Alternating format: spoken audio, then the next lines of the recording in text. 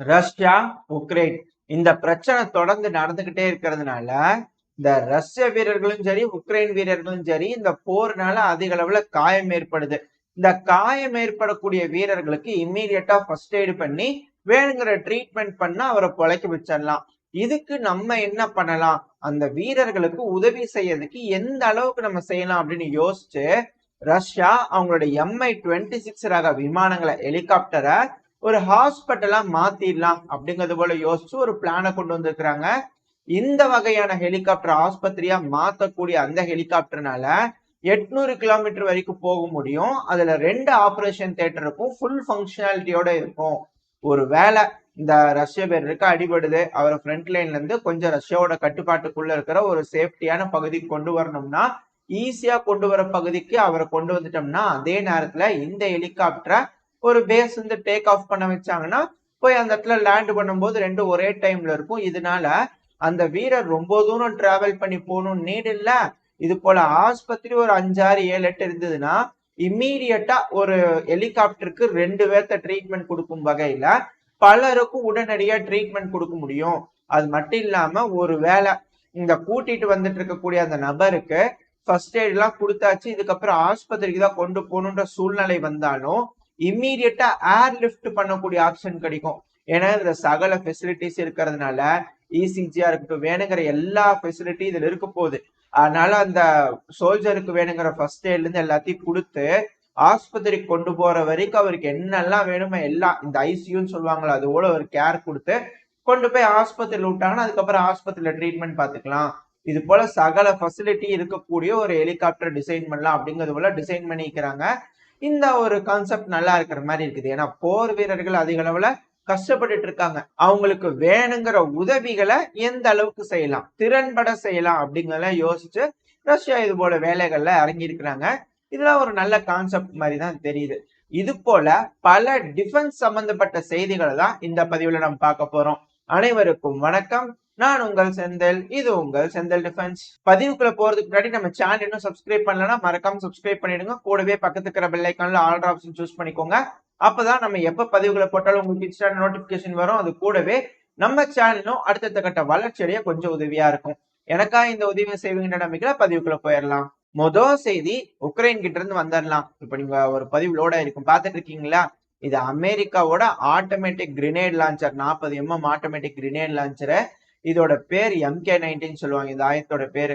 இந்த வெப்பன் வந்து கொஞ்சம் வெயிட்டா இருந்திருக்கும் போல இருக்குது. இப்ப இது உக்ரைன் வந்து அதிக அளவுல பயன்படுத்திட்டு இருக்கிறதுனால ஒரு ஆயுதம் தயாரிச்சு கொடுத்துட்டாங்க.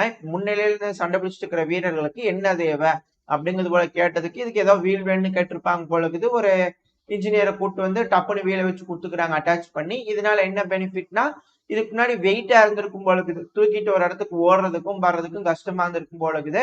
இப்ப பதுங்குழியில் நின்று சண்டை பிடிக்கிறதுக்கா இருக்கட்டும் இல்ல முன்னேறி போறதுக்கா இருக்கட்டும் இந்த வீல் இருக்கிறதுனால கொஞ்சம் ஈஸியா ஒரு இடத்துல இருந்து ஒரு இடத்துக்கு கொண்டு போய்க்கலாம். தாக்குதல் நடத்தும் போது இது ஒரு இடத்துல நிப்பாட்டி ஸ்டேபிளா வச்சு தாக்குதல் நடத்துறதுக்கும் கொஞ்சம் ஈஸியா இருக்கும் எய்ம் வச்சு பண்றதுக்கெல்லாம். ஏன்னா வெயிட்டா இருக்கும்போது ஒரு நபர் தூக்கி பிடிச்சி தாங்கி பிடிச்சி லான்ச் பண்றதுக்கும் இது போல வீல் வச்சு எய்ம் வச்சு லான்ச் பண்றதுக்கு வித்தியாசம் இருக்குல்ல. ஏன்னா இந்த ஃப்ரண்ட் லைன்ல நிக்கக்கூடிய சோல்ஜர் கிரியேட்டிவிட்டியா எப்படி யோசிக்கிறாங்க, அவங்களுக்கு என்ன வேணும் அப்படிங்கலாம் தெரிஞ்சுக்கிட்டு ரஷ்யா மட்டும் இல்ல உக்ரைன் சில விஷயங்கள்லாம் செஞ்சுக்கிட்டு தான் இருக்கிறாங்க. இதெல்லாம் வச்சு பார்க்கும்போது இந்த ஃப்ரண்ட் லைன்ல பர்ஃபார்மன்ஸை பூஸ்ட் பண்ணணும்னா அந்த சோல்ஜரோட கிரியேட்டிவிட்டி ரொம்ப ரொம்ப முக்கியம் அப்படிங்கறத நம்மளால புரிஞ்சுக்க முடியுது. இதெல்லாம் நம்மளுக்கு ஏதாவது ஒரு இக்கட்டான சூழ்நிலை வரக்கூடாது, வந்துச்சுன்னா நம்மளும் இது போல கிரியேட்டிவிட்டி அப்ளை பண்ணோம்னா கொஞ்சம் பெனிஃபிட்டா இருக்கலாம் நம்ம ராணுவ வீரர்களுக்கும். அதனால இந்த போர்ல என்னெல்லாம் நடக்குதுன்றதா முடிஞ்ச வரைக்கும் நம்ம தெரிஞ்சு வச்சுக்குவோம் இல்லையா. இப்ப நம்ம அடுத்த விஷயத்துக்கு போயிடலாம். அடுத்தது இந்த ரஷ்யாவோட லான்செட்டுங்க. இந்த லான்செட் ட்ரோன்களை பத்தி சொல்லவே தேவையில்லை.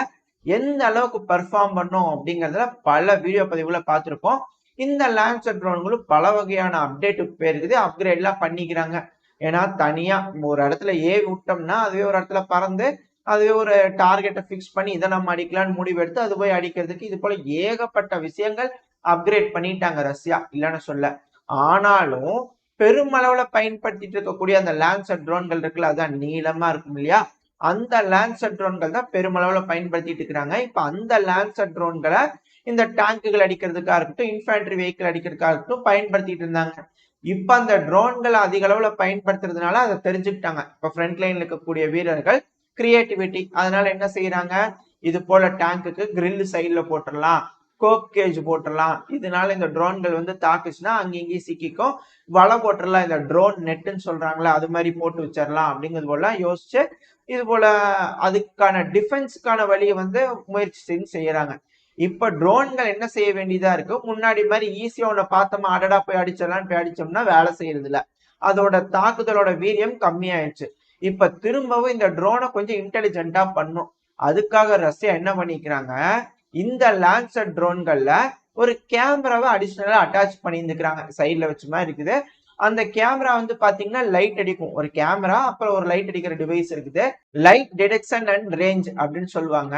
இதுல இருந்து ஒரு லைட் அடிக்குதுல, அந்த லைட் அடிச்சு ரிட்டர்ன் வரும்போது அதை அப்சர்வ் பண்ணும்போது என்ன டிஸ்டன்ஸ்ல இலக்கு இருக்கு அப்படிங்கிறது இந்த ட்ரோன்னால வந்து தெரிஞ்சுக்க முடியும். சைட்ல வீடியோ பதிவு போகும், பாத்தீங்கன்னா உங்களுக்கு புரியும். அதாவது ஒரு பர்டிகுலர் டிஸ்டன்ஸ் வந்தோடனே இந்த இடத்துல வெடிச்சோம்னா இலக்குக்கு அதிகமா சேதாரம் ஏற்படுத்தலாம் அப்படிங்கறத தெரிஞ்சுக்கிட்டு இந்த லான்சர் ட்ரோன் ஒரு இலக்கு பக்கத்துல போகும்போது இந்த இலக்குக்கு இந்த டிஸ்டன்ஸ்ல வெடிக்கணும் அப்படின்னு ஃபீடு பண்ணியிருந்தாங்கன்னா அதுக்கேற்ற மாதிரி வெடிக்குது. இப்போ இது அதிக அளவுல சேதங்களை அந்த இலக்குக்கு வந்து ஏற்படுத்துது அப்படிங்கிறது போல சொல்லப்பட்டு வருது.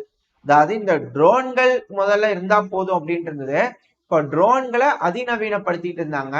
இப்ப அந்த ட்ரோனை தற்காத்துக்கிற வழியை தெரிஞ்சிட்டதுனால அந்த தற்காப்பை எப்படி மீறி போய் அடிக்கலாம் அப்படிங்கறது இப்ப யோசிக்க வேண்டியதா இருக்கு. அதையும் யோசிச்சு இம்ப்ளிமெண்ட் பண்ணிட்டு இருக்கிறாங்க பாருங்க. அதாவது களத்துல இம்மீடியட்டா இந்த ட்ரோன்களோட ப்ராக்ரஸ் எந்த அளவுக்கு வளர்ச்சி அடைஞ்சிட்டு இருக்கு பாருங்க, தொழில்நுட்ப வளர்ச்சி அந்த அளவுக்கு வந்து இந்த ட்ரோன்கள் வளர்ந்து வந்துகிட்டே இருக்கேன். கன்னி வெடியா பயன்படுத்துறாங்க, காமிகாசி ட்ரோனா பயன்படுத்துறாங்க, உளவு வேலைக்கு பயன்படுத்துறாங்க, ஹேக்கிங்க்கு பயன்படுத்துறாங்க, இப்பெல்லாம் எலக்ட்ரானிக் வார்ஃபேருக்கே பயன்படுத்துவாங்க அப்படிங்கிறது போல சொல்லப்பட்டு வருது. நீ என்னென்னலாம் பண்ண போறாங்கன்றது தெரியல, பொறுத்திருந்து பார்ப்போம். என்ன இருந்தாலும் நம்ம லைனா தெரிஞ்சுக்கிட்டது எல்லாத்தையும் அடுத்தடுத்த பதிவுல அப்டேட்ஸா பாத்துருவோம் இல்லையா. இப்ப நம்ம அடுத்த செய்திக்கு போயிடலாம். கிங்கிசெப் மெஷின் பில்டிங் பிளான்ட்டுங்க, இது ஒரு கம்பெனி, ஆயுதம் தயாரிக்கும் கம்பெனி, ரஷ்யாவில் இருக்கக்கூடிய கம்பெனி. இதோட மேனேஜிங் டைரக்டரான மிக்கேலோ டேனிலெங்கோ அவர்கள் அவர் என்ன சொல்லிக்கிறாருன்னா, இந்த ரஷ்யா இருக்கிறாங்கல்ல, இந்த ஸ்பெஷல் மிலிட்டரி ஆபரேஷன் இந்த ஜோன் எஸ்எம்ஓன்னு சொல்லுவாங்க, அந்த ஜோன்ல கூடிய விரைவில் ரஷ்யாவோட முதல் நேவல் ட்ரோன் களமிறக்கப்படும் அப்படிங்கிறது போல ஸ்டேட்மெண்ட் கொடுத்துக்கிறாங்க. அது மட்டும் இல்லாம இந்த ட்ரோனோட ஃபர்ஸ்ட் கட்ட ஸ்டேஜ், இந்த டெஸ்டிங் ஸ்டேஜ் முடிச்சாச்சு. இந்த ட்ரோன்னால 80 கிலோமீட்டர் வேகத்துல போக முடியும், அதுவும் 200 கிலோமீட்டர் ரேஞ்ச் இருக்குது. இந்த ட்ரோன்கள்னால 600 கிலோ பேலோட எடுத்துட்டு போக முடியும் அப்படின்னு இருக்கிறாங்க. இந்த ரஷ்யா உக்ரைன் போர்ல உக்ரைன் ஆல்ரெடி ப்ரூஃப் பண்ணி காமிச்சிட்டாங்க, இந்த நேவல் வெசல் ட்ரோன் தான் அடுத்த கட்ட டெக்னாலஜி அப்படின்னு. ஏன்னா அந்த அளவுக்கான சேதத்தை இந்த ரஷ்யாவோட கருங்கடல் ஃபிளீட் இருக்குல்ல, அந்த பிளாக் சி ஃபிளீட்டுக்கு வந்து ஏற்படுத்தி காமிச்சிருந்தாங்க. அது மட்டும் இல்லாம இந்த ரஷ்யாவுக்கு கிரீமியாவுக்கு இருக்கக்கூடிய பிரிட்ஜ் மேல எல்லாம் தாக்குதல் பண்ணியிருந்தாங்க, துல்லியமான தாக்குதல் பண்றாங்க. அதிக அளவுல இழப்பு ரஷ்ய தரப்புல ஏற்பட்டு இருந்துச்சு. இப்போ ரஷ்யாவும் அதே போல ஒரு நேவல் ட்ரோனை கண்டுபிடிச்சிட்டாங்க, டெஸ்ட் பண்ணிட்டாங்க. இப்ப அது ரஷ்யாவோட மிலிட்டரியில இன்டெக்ட் பண்ணி பயன்படுத்தினாங்கன்னா இந்த ரஷ்யா உக்ரைன் போர்னால வரக்கூடிய போர்னால இந்த ரொமேனியாவா இருக்கட்டும், துருக்கியா இருக்கட்டும், அந்த ஏரியால இருக்கிற எல்லா நாடுகளுமே அவங்களோட நார்மலான கமர்ஷியல் படகு, அந்த ஷிப் வெசல்ஸ் வந்துட்டு போறதுக்கே பயப்படுவாங்க. ஏன்னா ஒரு தடவை இந்த ரஷ்யாவோட கமர்ஷியல் டேங்க் மேல ஒரு ட்ரோன் வந்து தாக்கிடுச்சு.